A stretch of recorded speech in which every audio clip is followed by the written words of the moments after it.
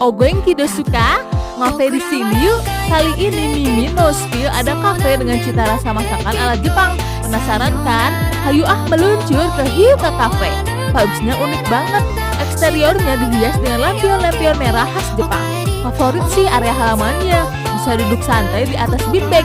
Sekarang lagi ada promo diskon 20% all item coy. Berlaku sampai 30 September ya.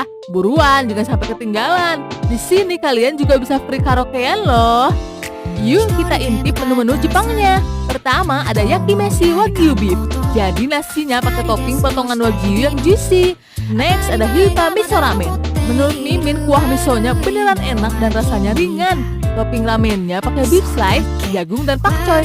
Bener-bener perpaduan yang pas. Ada sushi juga loh. Namanya Hyuuka sushi. Oishi. Anak-anak pasti suka deh dikasih sushi kayak gini. Buat cemilannya bisa pesen